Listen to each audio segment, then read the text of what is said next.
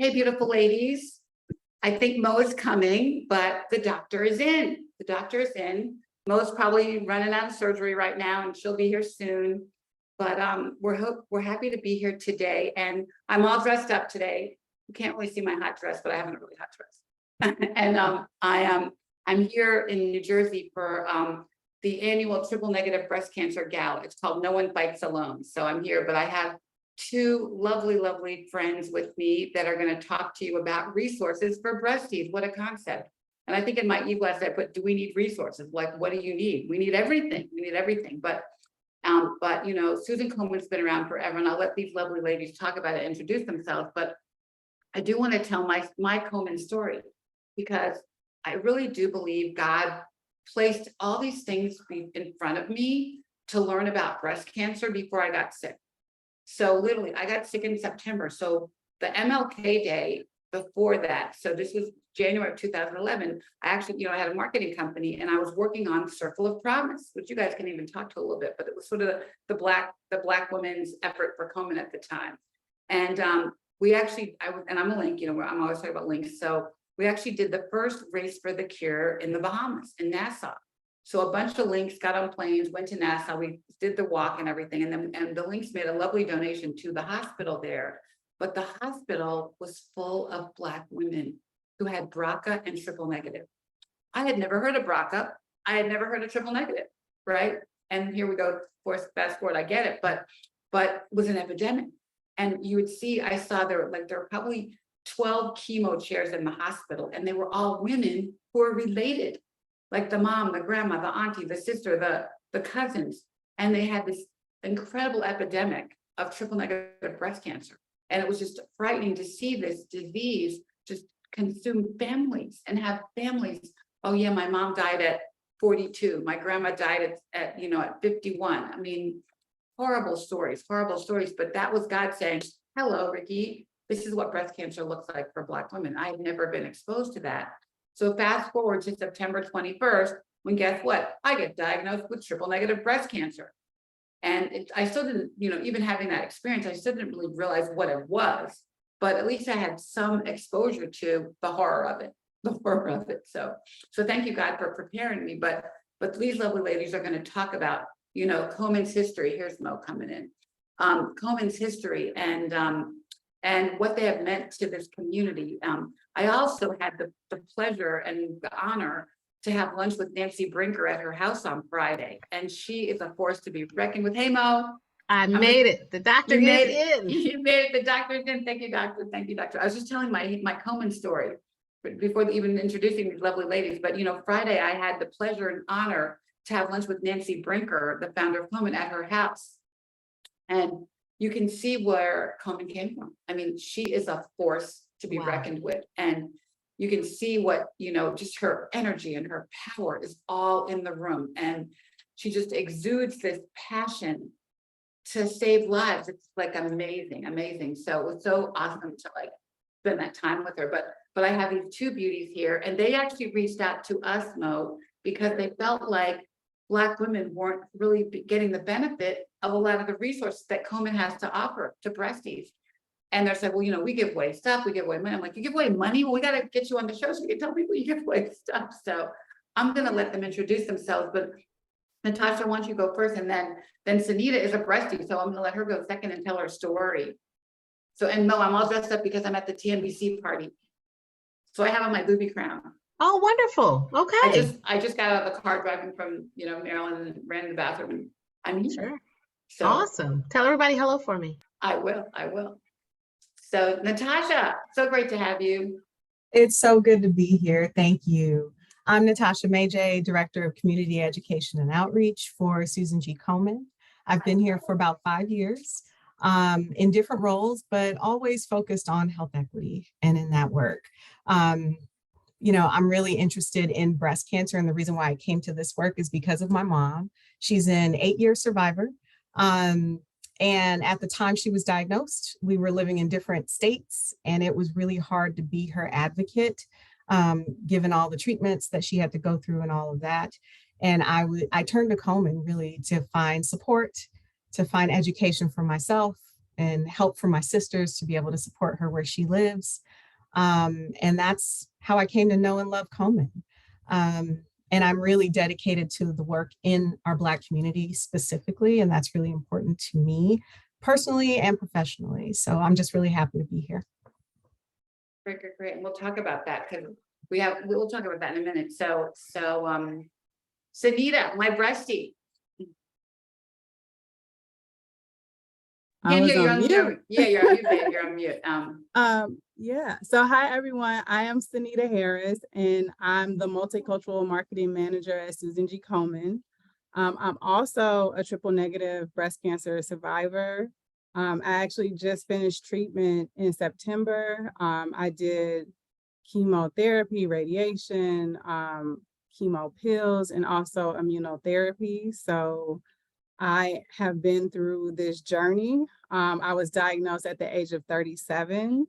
God bless you. And yes, and when I was diagnosed, I didn't think that this was something that could happen to me because I didn't really think that it was a Black woman's disease. But after my diagnosis, I learned pretty quickly that it did impact Black women, and in fact, at alarming rates. Black women, as you know, are diagnosed younger with more aggressive types like triple negative breast cancer. And, we know the statistics, Black women are 40% more likely to die than their white counterparts.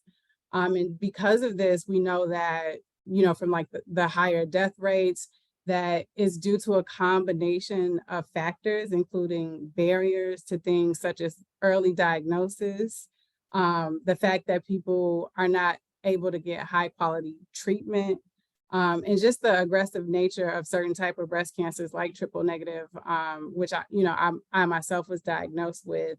And so with that said, I believe that no one should have to go through all these barriers as they're going through a cancer diagnosis and treatment. They should be focusing on their health and living. And so during my diagnosis and treatment, I was working for, similar to Ricky, in marketing at a purpose-driven agency. And I happened to be working on Komen on a health equity project. So it was a blessing because I was able to get educated on the work that they were doing around health equity, but not only that, just getting more information about breast health, more education where when I went to a doctor's appointment, I can learn more about that.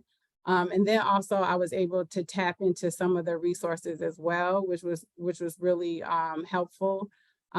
Financial resources, like for me, I didn't even know that there were grants available, and I was able to take advantage of some of those things. And so as I was going through my journey, I just felt like I had to do this work. So when there was an opportunity that came available on the Komen team, I did decide to make a shift in my career and really do this work so that I can make an impact and help women in all communities. But specifically, I do think that Black women are, have like higher rates of disparity. So I think that my commitment to this work, it just really drove me to end up at Komen and help to lead this work. And I'm just excited to be here today to talk about all the resources that we have available. That's awesome. We have this new stat that we found recently that women diagnosed with triple negative breast cancer are 53% more likely to be under 40. Let me say that again, 53% more likely to be under 40. So we're getting it younger and at later stages. And, thank God you were early stage and you could get to this place of no evidence of disease, but we have to do more. That's why, I'm actually with the Triple Negative Breast Cancer Foundation. I also love, Sunita, that when you get better, what do? You go to work. That's what we do. We figure out how can we fix this, right? Because I don't want my daughters and granddaughters to get it. So thank God for you making this career shift and figuring out how to do this. All right, so you guys, when you're a survivor, and you know this now, girlfriend, you lose your filter and you become brutally honest. So we have to be brutally honest here for our audience. A couple years ago, Komen kind of disappeared from a lot of cities, and a lot of cities where Black people are. And I think that's why when we put out the e-blast, there was like, okay, well, yeah, what do they do for us? What is available to us? And I think you little bit lost touch. And I'm speaking from as a marketing person, even that that you may have a little bit lost touch with the Black audience. And so here we are, and we have a great audience here of people who need help, need your resources. So bring it. What have you got for us? And what's going to make what you do different? I think the fact that both of you are doing this work at Komen is obviously going to make a difference. Thank God for you. So tell us what people can look for, what they can ask for, what they can have access to. Tell us all about it and what you're doing. Well, Susan G. Komen, we know that this work isn't new in terms of health equity. They've been doing the work for years. So in terms of the Black community, we know, like you mentioned, Ricky, it's the hardest hit population in terms of breast health inequities. So in response to that, Komen developed Stand for Her, and that HER, H-E-R, stands for Health Equity Revolution. And this is Komen's nationwide commitment to collaborating with Black communities, policymakers, researchers, and other allies like Touch to make sure that we're creating a world that, without inequities, where Black people have the same chances of surviving breast cancer as anyone else. Another thing that I wanted to touch upon is that basically the way that Komen's approach to achieving health equity in the Black community is by breaking down those barriers. And we do that by, number one, education is key. So making sure that we're seeding out that education and information that empowers patients as they're going to their doctor's appointments, all the way up until when you're having those conversations with your family about knowing your history. We also do that through patient support, and we're making sure that through patient support that people are connected in a timely manner, and that they're getting the best high quality care, because we know as soon as you get diagnosed, it's so important to make sure that people are getting the information that they need and at every touch point. Not only the beginning stages, but when they're going through treatment, when they're to your point, when they're can't pay for their rent, that they're able to reach out and get financial services, all the way into survivorship, because we know the mental health aspect of that journey impacts survivors as well. Another thing that Komen does is the workforce development, and that's making sure that we're improving diversity. We're also making sure that we're training people to be cultural sensitive, especially healthcare workers, because when people go into their doctor's appointment, they want to make sure that they're being seen and heard. And not only that, but a lot of people prefer people who look like them, especially doctors. And also research is important. I know you talked about the program that you all are doing in terms of clinical trials. We know that in the Black community that there isn't as much needed people who are enrolling in clinical trials or have enough research out there. So we know that's important. So we want to make sure that research is representative and benefits all. And then last but not least, I'll just talk about the policy part of it. So any policy changes, we have our advocacy insider, and we'll go into more information about that later. But that is like the key, making sure that we're changing policies to help these communities.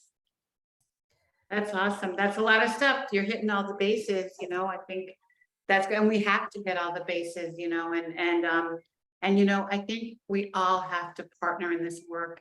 No one fights alone. That's the motto of the TNBC Foundation. No one fights this fight alone.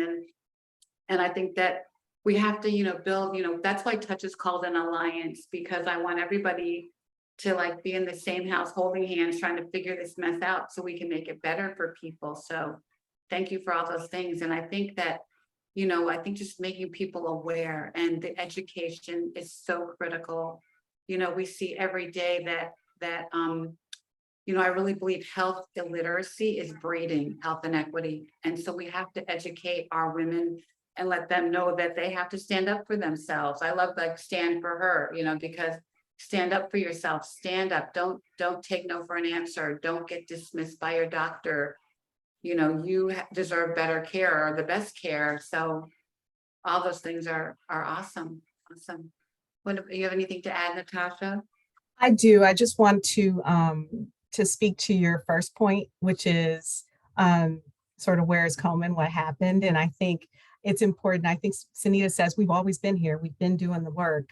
But our model shifted during COVID, during a time when it was tough for a lot of organizations. We shifted and we became one Komen, and it makes us stronger so that we can build out a lot of the programming that we have available now and the support and resources. But what it felt like in the communities was that we disappeared. And I hear that. And I just want to acknowledge that we've always been here. We're still here. It looks different than the way it did before. And I just want to say that publicly. I really appreciate that, because I heard that from a number of patients and doctors and folks who really were referring for resources at the local level. And I think they were all wondering what that restructuring meant for the boots on the ground folks and for the grassroots organizations that partnered with Komen. So thank you so much for addressing that. That's great. That's great. I also did the next day that I've done the 3-day walk 10 times. So I walked 60 miles 10 times and raised a lot of money for you guys, but it's one of my favorite things to do. But love it. But and I hope you have all your toenails still intact. I do. It's so funny. I never lost a toenail till the last walk I did. I never did. I never got a blister. We had a system down, my daughter and I, with the Vaseline on the feet thing in the plastic bag. We had a whole process. We have a whole process. But anyway, so what should people do? Think about it, and people always ask me what it felt like when I got diagnosed. And I say, the lights go up, you're in the dark, you're standing there and you're in this dark space. You can't find your way out. There's no one there to help you. And you're like looking for somebody to either reach out their hand or turn the light on. And you're scared, and especially when you start hearing triple negative, you're going to die. And your odds are against you, and Black women have 41% higher mortality rate. So you're in the dark. And so, what we try to do is turn that light on and be that light and reach out the hand and give the hug and say, okay, we're here for you. And I think that people need to know what to do first. And I think for a long time, people did think of Komen first, right? Because you had such a big name in the community, we'll go to Komen. So I think, how can we help you get back there? And we will send people to you, especially if you can give them something that we can't. I mean, and we have resources that we can do to give them together or something. But what do you think? I guess my question is, it's piggybacking on that, Ricky, which is walk me through, when a patient is newly diagnosed, because I think that would give the greatest example of how to best utilize the resources that you have, right? So I have a patient, she's, I don't know, let's say she's 46. I just diagnosed her today, and I said, okay, go to Susan G. Komen's website, and they're going to have some amazing resources for you. So the newly diagnosed person, they we're having a flyby. I love it. They go to the website, and where should they go, and how do they begin to access resources that are in their community?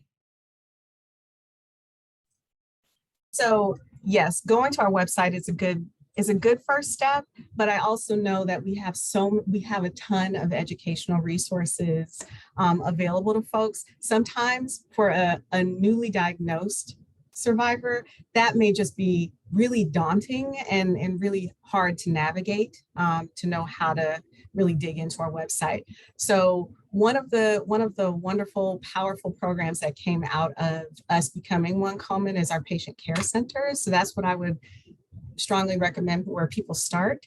And it's really anyone who's seeking information for newly diagnosed, to your case in point, and they may not know where to go. They may have questions about their additional risk or risk for their family and what this means for their life moving forward. They may be having some mental health concerns around some of this. They may want to know where local resources are in their community. They maybe want to get connected to other people who are going through the same thing as them, and they just don't know where to go. They may need financial resources, right? So all of those things, those questions can be addressed through our patient care center. And how do you get to that? And how do you get to the patient care center? I'm going to put it in the comments. Sure. So the best way to do that is to call our helpline. You can call 1-877-GO-KOMEN, or you can also send an email. But I think if you want to speak to a live person, I think as a newly diagnosed person, maybe you want to talk to another human, it may be good to give a call. And that line, once you call the helpline, you get navigated to the resources that you need. And I will say patient navigation is just so important in addressing health equity, because navigating our healthcare system, which is, filled with bias and a lot of racism, is a really good thing if you can have someone in your corner to help you navigate that and ask bigger questions. And so helpline is a really great place to go. Great. So if I'm like sick, right, just got diagnosed, you just got whatever, you got the C word. So when I go home, I'm not going to know that phone number. So I'm going to go to Dr. Google, right? So when I go to Dr. Google, should I just Google Komen? I'm not going to know to Google a phone number. You know what I mean? I'm going to be looking on Dr. Google for something. I hear you. And getting in trouble on Dr. Google. Look, something bad's going to Google. Yes. So I would say if someone doesn't remember that number, Komen.org is all you really need to remember, because it'll get you connected to everything. Great. So they call the hotline and they're able to get connected and speak to a person, somebody who's probably been through what they've been through, or at least has, experience in helping folks navigate the things that they've been through. The next question is coming from the chat in Facebook. And I guess the question is, so once that happens, how does a person then, what types of partnerships does Komen have with the grassroots organizations that are in the local area? Can you tell us a little bit about the connections and how resources get filtered into communities? Sure. So we have a very huge resource repository that's nationwide. And so depending on where people live, we get them connected and navigated to where they need to be.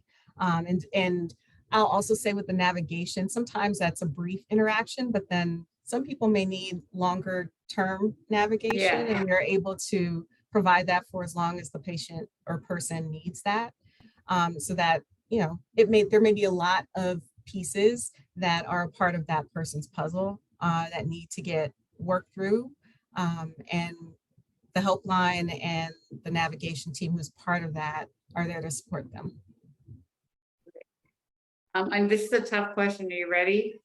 When they call, how likely are they to get a Black person on the phone? And how will they make a connection with a Black breastie? That's a good question. I know that our navigators we say that they're culturally responsive, so they can speak multiple languages. There are people who are in cities, there are people who are in rural environments, there are people who are Black who are serving as navigators. And I don't know, if you pick up the phone and say, hey, can I reach a Black navigator? You may be connected with someone, because I know affinity in that regard is really important. And so but you can ask for it. Yeah, you can ask for it maybe. That might be a possibility, but I know for sure that people, our colleagues who are navigators, there's a fair amount of folks from representing lots of different cultures and backgrounds and genders and sexual orientations, and you're running the gamut. So yeah, we get those calls. It's amazing to me how, there's everybody. I actually like to use the word culturally agile. I like that. Because, you know, you have to be able to like flex and make everybody feel comfortable when they're scared and they're, you know, intimidated and, you know, just suffering from not knowing anything. We just find that so many people just don't even know what they don't know, right? Like who knew what triple negative breast cancer was before you had it, right? Who knows what that's all about? Who knows what even, you know, what chemo is? And I mean, we get calls like, oh, what kind of breast cancer do you have, sweetie? I have the one that begins with M. Do you mean metastatic? Yeah, oh yeah, that's the word. So, Absolutely. And that is, yeah, you know, I think it's tough. And I think when I talked, I know when my mom went through this, it was, I tried to make sure that other people were in the room with her, because it's like she got this much of that information when she was talking to her medical provider. She really couldn't tell me what kind of cancer she had. I had to check in with anyone else who was in the room. It's a lot. It's a lot to take in. It's a lot to know. And I think in our community, it's sometimes there's a fear there about addressing or knowing more. And so I think it's something that we need to talk about. yeah. Thank God that they were there for your mom. Yeah, there's definitely that fear. So talk about that then, and in terms of health literacy, how do we help educate a community that doesn't know about cancer until they get it? What are we doing to help move that needle? I think it I think it starts with knowing your history, first of all. So having conversations with your family members. So for myself, I was diagnosed at 37. So now I have to start having those conversations with my sisters who are in their 20s. So I think that's kind Yeah. of that's where it starts, is getting comfortable about talking about family history. I had an aunt who had a cancer diagnosis and I didn't even know about that. Mhm, And I think that that happens a lot in our mhm. communities where, you know, Yeah, Grandma May passed away, nobody knows why, and then we later discover that she might have had breast cancer. And so being open and transparent, it starts with our families first, and then starting to have those conversations, you know, with our peers in our communities. And I think that that we also at Komen, we do have other resources as well. And I know we'll probably get into that later, but like we have Worship in Pink.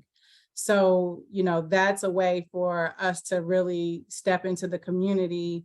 And Natasha can go more into detail about that. But with Worship in Pink, you know, you can have those educational resources within those faith-based communities, and spread that educational information out there. We also have our social media channels where we're definitely talking about screening and diagnostics. We're talking about you know, how to learn more.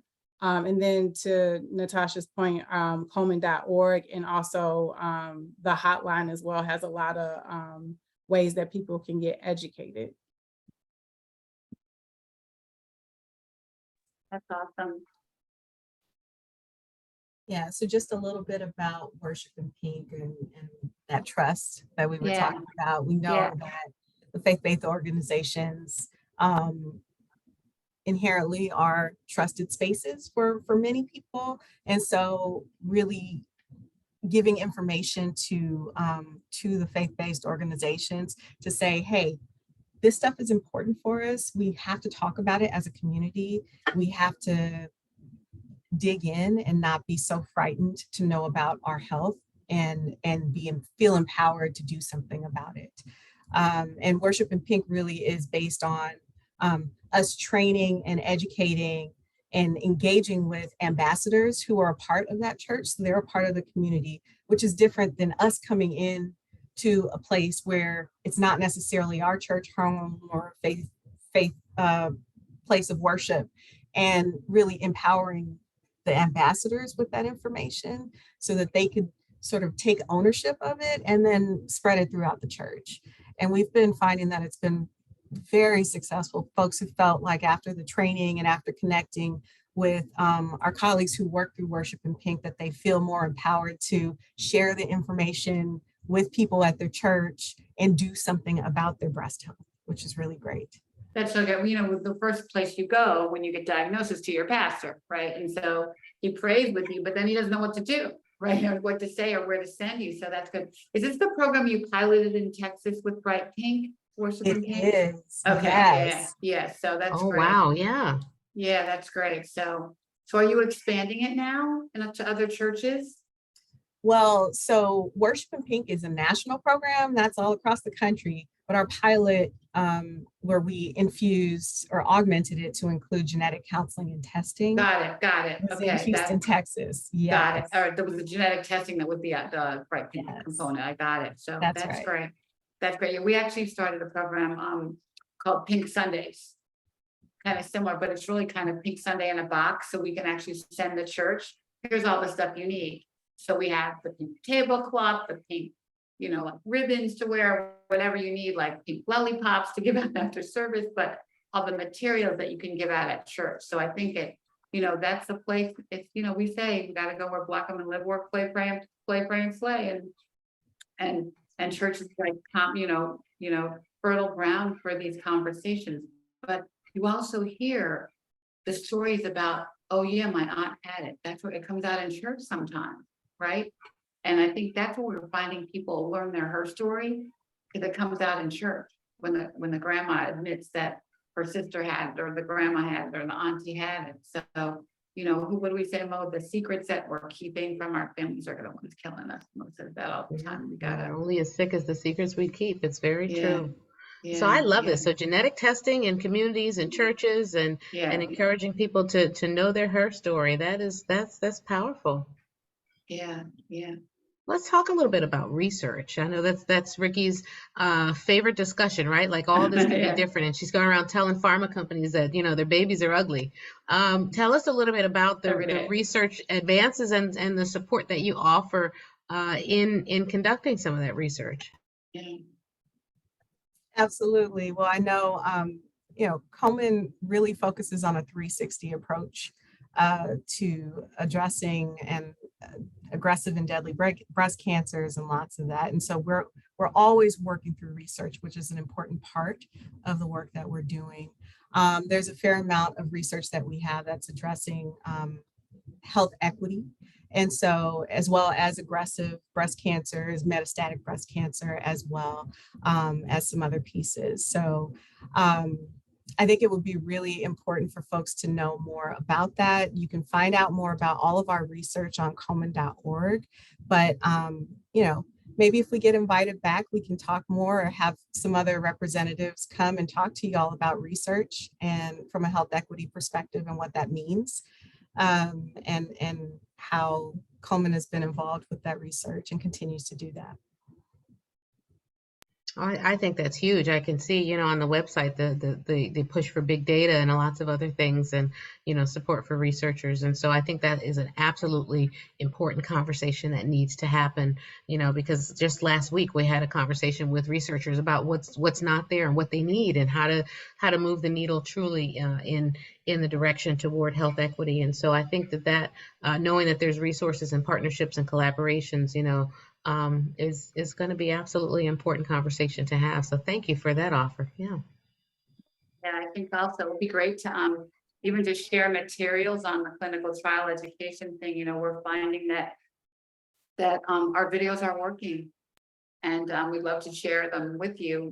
And the Breasties story, if you know that's like talking to other women, it's not a club that we don't want to be in, but we're in it, and we have this trust that's unconditional with our sisters, and we find that that's the best way to educate, from a breastie, for a breastie, about a breastie. So we've now signed up 9,621 Black women for clinical trial portals since last May. So much more work to do. I'll wear the 10,000 shirt soon. We're having a 10,000 shirt meeting. But I think if we can work more with you, partner with you and we would love to figure out how to do that and, and bring some of your resources to our community, which is what we're trying to do here. You guys, reach out and ask for stuff, because we, every day we have some kind of financial toxicity story call. I can't pay my rent, or I really need to do X, Y, Z. I can't go to work this week and can't pay my mortgage. I can't feed my kids, or I'm choosing between paying for my meds or buying groceries. I hate those questions, but it's happening way too much, right, Yeah. Absolutely. in our community. Absolutely. And I think that last point you mentioned, we talked about financial resources. I don't know that I touched on that through our patient care center, but we do have financial assistance available for people who are either in active treatment or living with metastatic or stage 4 breast cancer. So that's something that people can also access through our helpline if they're interested. Great. So what are the parameters around that? I know people are going to be asking about that. Can you just give a little more detail about that? Yeah, sure. So let's see. So patient care center is for people who are at or below 300% federal poverty line, people who reside in the United States or in our US territories. And then there's an application, and it's not super in depth. So I know that has been prohibitive when I've heard from financial resources from other places. Sometimes it's like 10 pages of financial forms that you have to submit. We really try to get people connected to the resources they need as quickly as we can and as thoroughly as we can. But there is an application process that's a part of that as well. Great. So there'll be a lot of places like Molly's fund, the Pink Fund, she pays your bill. So the money doesn't come directly to the patient, but she'll pay the light bill or whatever for 6 months. So how do you guys work? No, so they would contact the helpline, they'd get the application. If the application is approved, then that particular person who applied would receive funding. So, and funds can be used for a whole host of things. You were talking about rent, childcare, elder care, transportation, whatever have you. So there are lots of different ways that the money can be used. But it goes to the person who applied. Okay. Is there a limit? Or, I have to ask all the hard questions. Sure. So for people who are in stages 0 to 3, currently it's $500. And for people living with metastatic breast cancer, it's up to $750. And a person can apply once every 12 months. Okay. Great. Okay. Everybody get that? That's super helpful. That's super helpful. And I wanted to add my personal story. So in terms of the financial assistance, it's not, you can apply for that, but there's also other ways that you can be financially assisted. So for me, I was going through treatment last year and I finished in September. And I called the hotline because, as we know, the copays get so expensive. And so I called the hotline and they were able to help me to secure a grant through one of the drug makers that I was using, and I was able to help with my copay. So you may think that, oh, I don't meet this income level, as I was thinking as well, but there are other resources that could help you financially as well, like grants and things like that. So don't be afraid to call the hotline and ask all questions, and they'll work to help you figure it out, because that's what they did for me. That's great. That's great. So go back, you made a good point that I forgot to ask about Natasha to explain. What is the income level thing again? That sounded really complicated. What you started with. What is the income level? It is 300% of the federal poverty line. And I know that that's a weird qualification, but if a person wants to know if they qualify, you can look that up. You can just say, what's the FPL? And it'll give you the amount of people that live in your house and the amount of money that's associated with how much you might make. And it changes from year to year based on a lot of things. So I would just say if a person is interested in needing or needs those resources, to just apply and don't worry about trying to figure out the rubric. Just apply, and then it just cuts out one big part of all of that. And then if they, if they qualify, then they get funding. Great, great, great. So basically, the best thing to do is call the hotline Yes. and ask for help and say, I need money, Awesome. I need to pay my rent, I need to feed my kids, I need to pay for my drugs, whatever. Which is Yeah, awesome. So and to Sunita's point, I think it's a really good one. I think that the helpline staff and our navigators really find ways to support people in the communities where they are. And that's awesome. yeah. That's awesome. I hope everybody's hearing that out there. That's a good thing. And we had a question from Facebook also for people who, their lived experience has led them to want to get involved, right? What are some of the ways that they can get involved? Someone asked specifically about Southern California, but there's people in cities and rural. And, one thing that came out of COVID is that, we're now more connected virtually than ever before. So how can people get involved no matter where they are? I think that's a wonderful question. I think some of the educational opportunities that we mentioned, so Worship and Pick is a really great one. We also have our NBC Impact series, which is another educational piece. So for people living with stage 4 or metastatic breast cancer, that's another way to get involved. But Sunita talked earlier about policy. Becoming a policy insider is a really great way to get involved. So we're talking about all the resources that we have to offer, but we also have to look upstream to see, to address the policies that created all the inequities that we're dealing with in the first place. And really the way to do that is through policy. So our policy insider, you can meet, it's wherever you are, it's by your zip code. It makes it really easy to talk to your lawmakers, to know when things are coming up, whether it's federal or state.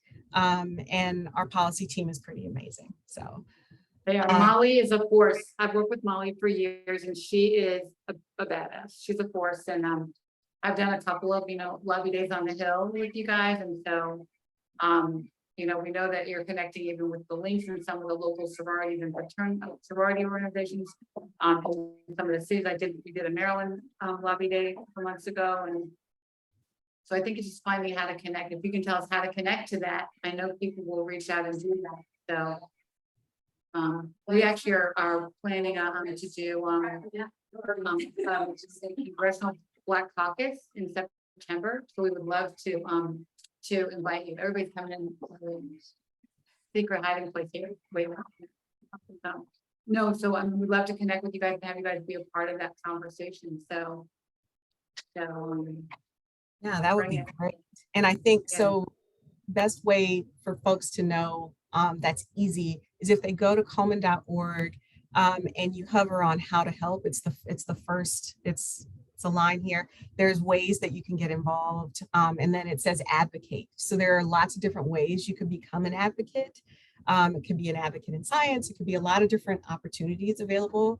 But I think for the folks who want to be involved, we really want to get them tapped in so that they can sort of become like Sunita, who's just giving back and really doing this work and living out this work at the same time. Great. I love that. I love that. So this is all great stuff. It sounds like to me, I think everybody probably needs to go to the website and take a look at it and see, not just what's for you, but what can you share with your community? What can you share with your church? What can you share within your advocacy groups? And then how can you get involved, right? Everybody wants to do something, but there's some training and some opportunities, I think, to really learn about, what goes into what we do for breast cancer, for diagnosis. Well, let's start at screening, diagnosis, treatment, and then survivorship. And there's ways and places to intervene and to have impact along all of those things. And so if I were watching, I'd be thinking about it in that way, like where do I want to have the most impact? Where do I want to get started? Otherwise, it can feel completely overwhelming, and you end up just taking calls and texts from people. What do I do? Who do I talk to? And you become a de facto navigator, but there's a way to actually craft your learning and your education, maybe, so that you can begin to fill in those gaps in places where you need to and have the most impact in your community. So this is really empowering information. Really is, it really is. And I think, we have to figure out how to get everybody to know about it. So we'll do that. Spread the word to people that are watching. I also wanted to say that we do have dedicated social channels for this work. So if you're interested, you can follow Komen Health Equity Revolution on Facebook, Instagram, and Twitter. And we always are, spreading the word there in terms of information, if there's any policy changes, any research. So we're always seeding out information there as well. I love that. Great. We work with Victoria a lot on, a lot of the advocacy work that we do, and she's awesome to work with. And I serve on the American Cancer Society Women's Breast Cancer Roundtable steering committee with her, and so she's always like, we're kind of always the ones in the room that like, wait a minute, is that right? I love it. Now, will any of you be at ASCO this year? Should we connect with folks and people who are in the Chicago area? Because that's coming up, our big conference, American Society of Clinical Oncology, and we are having a triple-negative breast cancer roundtable. So if you have not gotten an invitation, we'd love to have someone from Komen there. Yeah, we're doing that on Thursday. We would love that. Thursday morning. Yeah, we'll make sure we get that information to you. Because we really are trying to make a statement to legislators, both on the local level, that our name is TNBC can't wait, and it can. Yep. I need the health equity website again, because someone in the chat on the Facebook is asking for that site. Would you mind giving it to us again, please? Yes. So for the actual website to learn more about Stand for Her, it's komen.org/Stand for Her. Okay. And then the social pages are Komen Health Equity Revolution. Awesome. And Mo, we have Tabor kind of in the background here, who's writing stuff in the chat. So you're gonna hook us up, my girlfriend. Yeah. I love it. You guys are getting some love in this chat too. I want to say this. I am a recent triple-negative breast cancer survivor, and Susan G. Komen has helped me. I know so many others, and the slide decks and the information that you all have put out. I still use some of those slides, that talk about the different cities and the disparities. And I think that you've done some really foundational work in the health equity space before it became as crowded as it is now, and necessarily so, right? But I can definitely say that a lot of the work toward health equity came out of what you all had recognized in the different cities and working in the communities, and that commitment has been there. And so it says a lot, when you look at the health equity data and you see Susan G. Komen referenced at the bottom. So hats off to the work that you all are doing to move the needle. Great. I was going to write one more thing about, pink washing. I think that we all sort of fight with October. Like, to me, October is like Black History Month, that during that 130-day period or whatever, 28 for Black History Month, it's all about the pink. And I think you guys also tried to like dispel that and make stuff happen all year round. So, if there's anything you want to say about, just kind of all about October. Yeah, I live with this every day, 365 days of the year. So, it's definitely, bigger than October. And then when it comes to health equity, we want to make sure that we're communicating with all communities throughout the entire year. So it's important for us just to make sure that we're speaking to to everyone all year long. So it's a 365-day evergreen, always on commitment to this work. Great. Wow. So thank you for this and for joining us on this. Yeah. And I think that everybody should be aware that well, of course, there's a 3-day race, but it's so much more than that.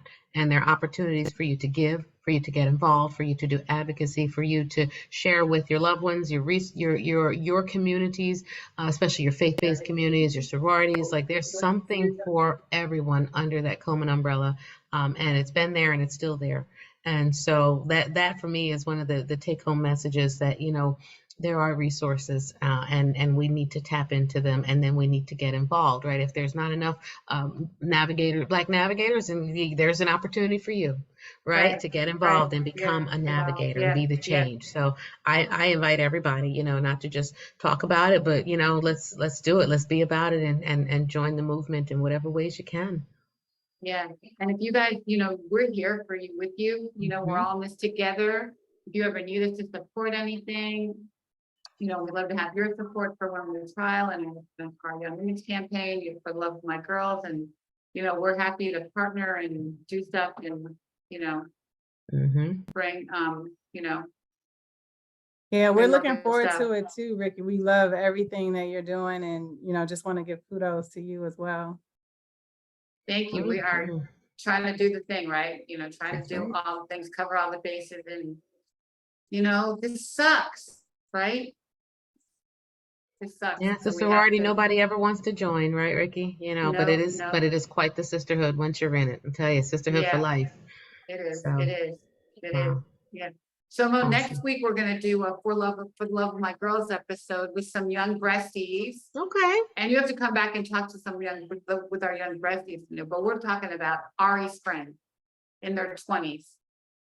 And you know, it's just crazy that they have triple negative breast cancer, right? And then the next week, you know, one of your favorites is coming on, Dr. Kersine, to talk about palliative care. Love. We Awesome. love her. So do you guys know Dr. Kersine in Atlanta? She's a palliative doc, and she is just a joy. Yeah. So, She's incredible. Yeah. So thank you so much Yes, for joining us.